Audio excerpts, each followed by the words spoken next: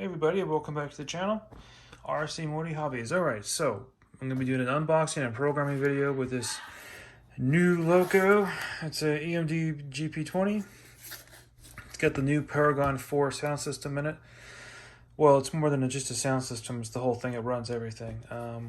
Yeah, more light functions and sound functions, things like that, better quality. It has a capacitor set in here, so when I'm going over uneven track surfaces, and though I do try to keep my tracks as even as possible so the current flows through all the locos without stopping them, if there is such a thing, it'll just keep it going. So I'll show it to you guys, and then I'll be setting up a programming, get it programmed. Alright, so we got, these are just the owner's manuals, and what's kind of cool about this, like, it actually came with a quick sheet instead of having to, which isn't a big deal, open this up to a certain page, you find your preset settings. So this is your standard settings sort of thing for your, your F buttons. I'm sure most of you guys know, and if you don't, it's just these buttons here. And then this side is what they call Pro Mode. There's a few different functions it does. I guess you can turn the cab light on and off versus it just being on. Some locals don't even have cab lights. So Paragon 3 cab lights, Paragon 4 cab lights, and then with the Pro mode you can turn them on and off, which we'll be playing with. This is a nice little quick cheat sheet. It makes it so much easier. Well, it's easier than having to pull this out. You just have it right in front of you until you get used to it. Although I have several different, I have a few locals from different manufacturers, so the F buttons aren't all the same, but similar. Well, there you go. And normally these come in a styrofoam box. They're doing them a little bit differently with the plastic setting. I mean, you can see it back and forth. If there's anything damaged or broken, which I'm seeing something floating around in there, which I don't like. Oh, it even comes with a little driver figure. That's nice. My other ones don't have the driver figures in there. If I want one in there, I'm going to put it in there, but pull the cab off to do it. I'm not sure what that little piece floating around is for, but maybe it's nothing. Seen a couple things. I'm not sure what that is supposed to be. Hopefully it's nothing. Oh, yes, that coupler broke. How does this have a broken coupler? This thing's literally brand new. The coupler's broken. I mean, it's not the end of the world for me. I'm going to be swapping them out. I have longer couplers. Everything's getting anyway, but how does this have a broken coupler and just shipped it that way? It's not right. We'll confirm everything else is okay, and if not, I'll be warranting this thing out, which I don't want to have to do. We'll see. The coupler's not the big things in the world. I actually have a coupler, a long coupler sitting out. I was going to put it on another train, but decided not, I'm in a car. Decided not to, so this one will get it instead. And the long couplers are for certain air locations on my tracks. It's just a little more difficult to use. Okay, I'll just pull it out. Alright, pulled out. Keep those gel packets away from the dogs. Okay.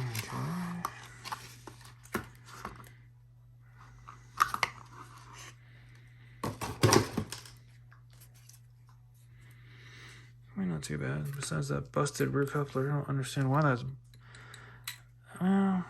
maybe busted is the wrong word. Maybe just simply fell apart during transit. It's missing a pin. So basically, the thing that basically holds it together is that loop. So basically, it just fell out. It's not broken. It just fell out, which is an easy fix. But like I said, I'm switching it out anyways to a longer coupler, even though this is a smaller loco. The other ones are almost twice, they're about that much bigger. It's not bad. Pretty nice. It's nice to know it's not broken. Very, very highly detailed. Very detailed. Very nice. Nothing's broken. It looks pretty good. And yeah, the coupler's not broken. It simply just needs to be... Oh, well, shit. The front one's broken. How the hell did I take that kind of trauma? Makes me think someone threw the box or crushed something and just packaged it up and shipped it. It's just hope and pray that everything on this thing is fully functional and works. because having to mess with warranty crap, it can take a while. Well, I have couplers. Kind of stupid that came in like that, but whatever. Get it done.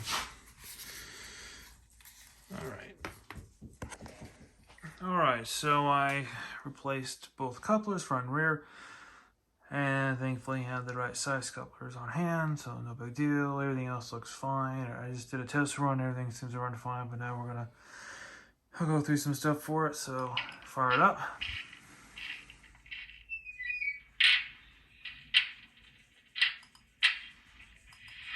Standard lights.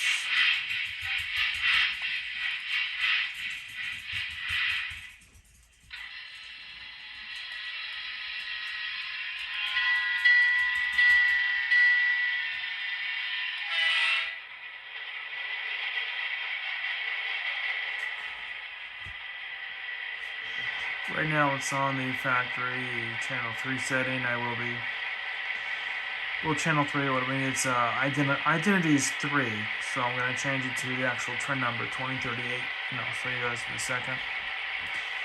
So let's just fire it up. Forward, real nice, reverse, real nice, smooth.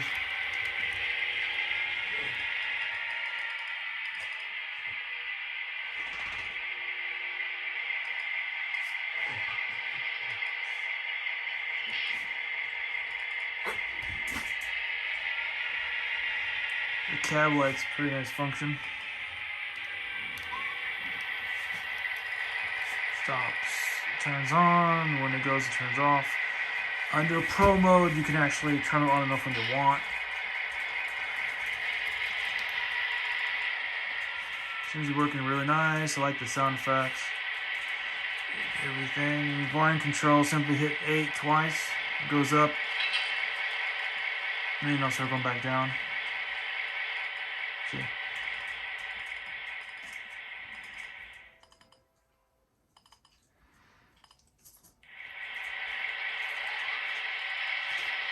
you go. Okay, next step is programming. Settle down.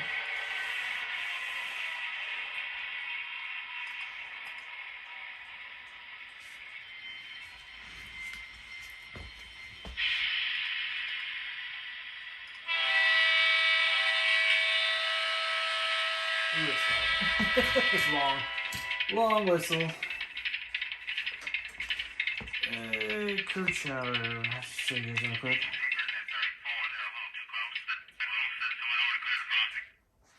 The crew chatter functions are pretty cool. I like them. Okay, so I have two different main boxes for power and everything. I have a DigiKeys DR5000 that's set up in the garage with a big layout. And then I'm using this, as you can see, it's a DCS 210 Plus. It's a really nice system, works very well. This is from Digitrax, and I'm using the Digitrax wireless handheld. And right now it's plugged in because I have the wireless transceiver out in the garage, not in here. I basically built all this as to be a programming track. I just decided to go a little further. So instead of this being simply just a programming track, I decided to go a little further with it and build a nice little ice pond, nice little town. The buildings here you're seeing right now are going to be actually replaced in the main layout out in the back, as well as the donut shop. Everything else is probably, and majority of the trees will be out there. So there'll be a lot of items that we placed out in the garage. I decided to do a little Christmas layout for now. A lot of people skating and stuff like that. I already made a short video on that. And then I got the tracks with some turnouts. Everything's programmed in. I have a power box for the turnouts. And it works pretty nicely. This is something I thought would be a little nice to do for the Christmas thing in my little office in here, my project room. Well, studio, whatever you want to call it. The garage has a much bigger setup. Anyway, so for programming, I use this, and I'm sure you can notice. Oh, there it is. I actually put. Okay, so as you can see, I added this switch. All right. So what I did was, it's a, well, 2-position switch. And so I set up for program and then run. So I wired those wires into the switch, and then the output wires are here going into the track. So instead of having to switch wires around from program to run, because I want to be able to test everything after I program it, I added this switch. So now if I'm running it, I can run it. So I program, switch to program mode, switches to the program mode, and then when I'm in program mode, typically I turn the track off, track power off. It programs no matter what. So the current's going to the program anyway. It won't work no matter what. You don't need the power on the track for that. It provides its own.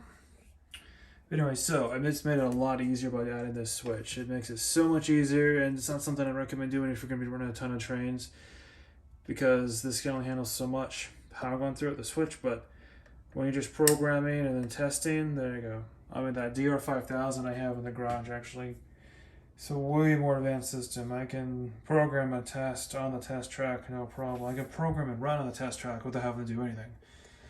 Works really well. And I have one little strip out there for my programming track, but I decided to make a nice little system in here, just so I can fool around with it, play with it. Something nice to set up. Okay, so program. Sorry. Again. So I'm in program mode. All right, so we're gonna program it. Go into here. Decoder setup 1. I'm going to do a long address, which is 2. He already punched it in as 2038. The same address is on the train. And we're going to read just to show it's in there. It'll beep.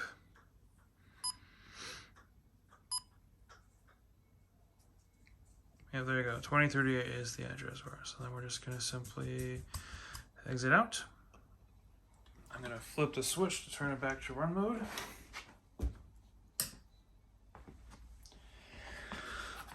Turn on the track power on, then we're gonna go to train. Okay, so 2038. Hit that to OK. Okay. Hit the starter button, there it is. It is programmed in as 2038.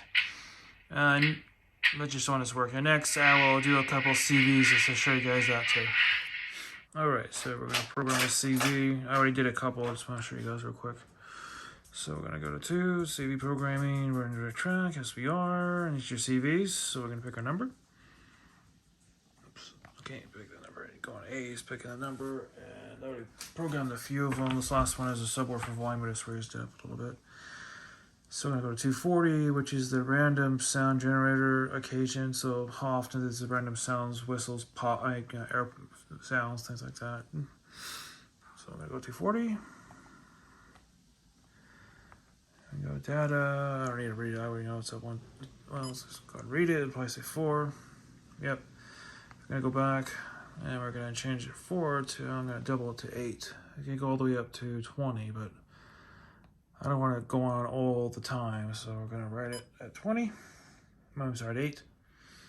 And that's it. I'm going to go read it to confirm it there. I'm going to turn lights up green. We're good. Yep. And that's about as simple as that. We're done. Backs out of it, and I'll send it to the CV program. It's pretty straightforward and simple. I have another loco I'm going to program real quick and show you its smoke function. I think you'll like that, so hang on. Alright, so this is one of my bigger locos. I got 2 of them that are identical. I have 2 of these models with different paint. So this one has this paint scheme, the other one has a different paint scheme, more of a greenish color, but they're both the same. They have smoke, and they're Paragon 3, and they're big locos. And I got basically 4 locomotives, basically the GE big ones. And then I got that one smaller one that I was just showing you, which I'll show you that again on its functions. But so this one I'm going to be changing its how often the smoke, which is pretty cool. How often the smoke fan, or how much power the smoke fan has, things like that. And I need to confirm. I'm pretty sure it's this one. We'll see.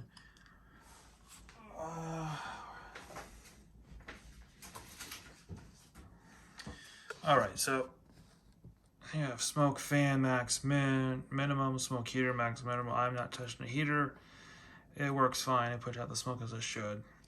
The fan, on the other hand, like the minimum, I want a little more because it's a little low. I mean, the fan and min and max, I'm raising.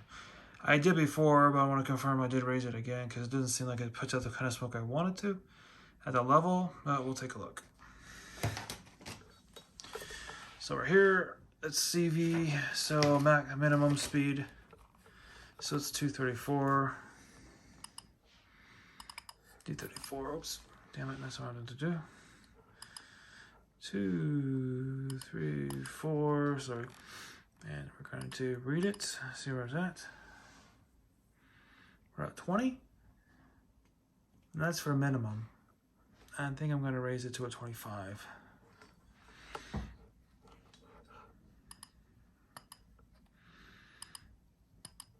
going to write that in. Because I like a little bit of smoke coming out. I want more smoke coming out than what it's been doing. I'm going to read it, make sure it wrote in. Yeah, we did. Okay. Now we're going to go to 235.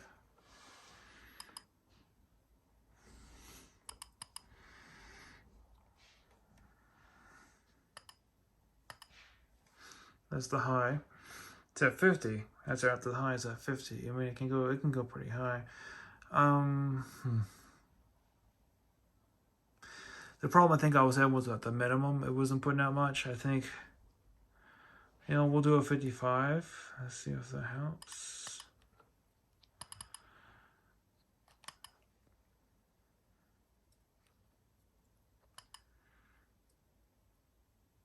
Okay, we're done with that. Okay.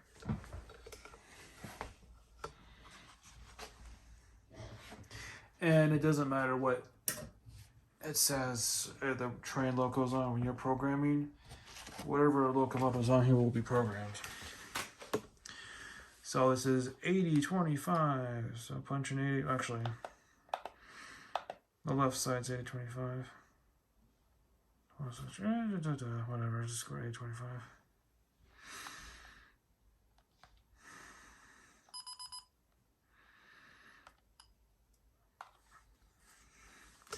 Right throttle 80-25, left throttle 80-20. I could play with. I can use them on both if I wish. So that's fine. And we're gonna take. Okay, so 7. All right, so 7 turns the smoke on and off when it's like that. It's off. So right now I turn it on. Hit 9 to turn it on. Oh, hang on. Something. Oh, sorry. Track's not on. Track power not on. You gotta do that. Otherwise, you're like, why is it not working? There we go. And she's firing up. I should be smoking up pretty good soon.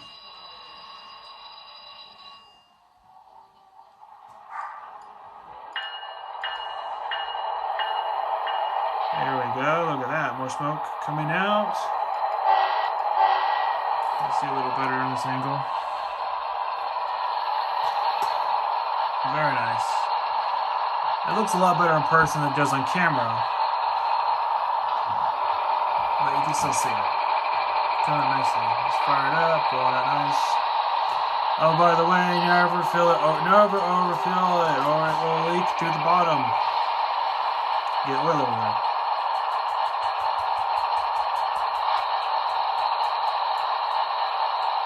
There we go. So what I did was on the minimum side, I raised it because I felt like it was just sitting there, wasn't doing anything, just barely doing anything. So that's good.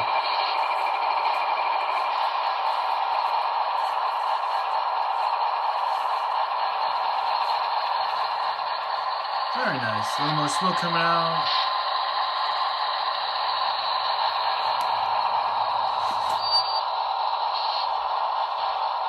Very nice.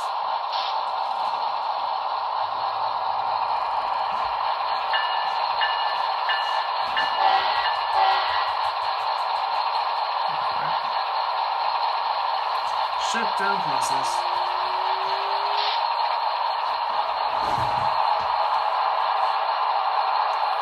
Should poof out some smoke towards the end as it shuts off. And the window open here because it does stink, even though it's like 20 degrees outside. Puts off kind of a smelly, like a diesel smell, which I shouldn't have bought diesel fragrance. So actually, I went and bought some different odors. All right, that's off. Everything's off. I'm gonna shut the track down, and we're good. So it looks great. Let me get the other train back.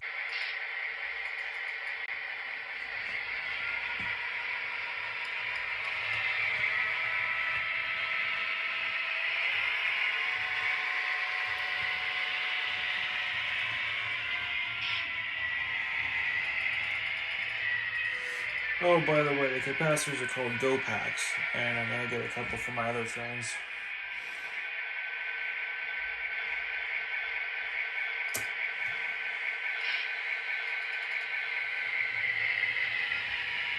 Just play around a little bit, show you guys some of the stuff here.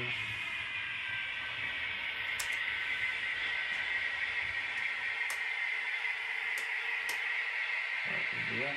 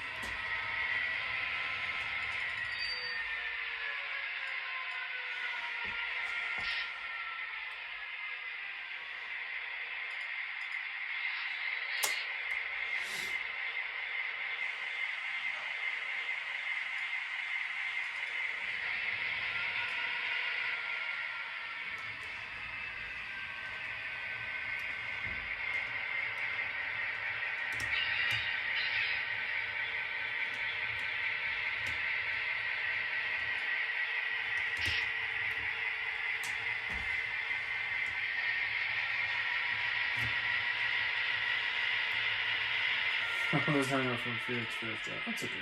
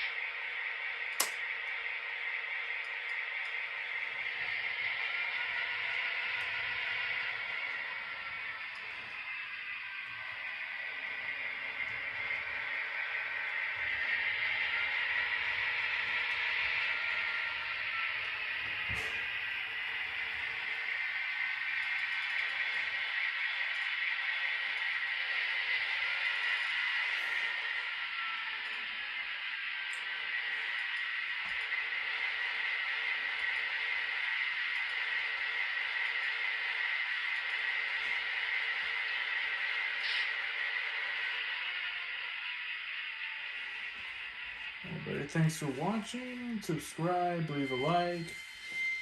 If you're in Rumble, hit the smash button. See you guys soon.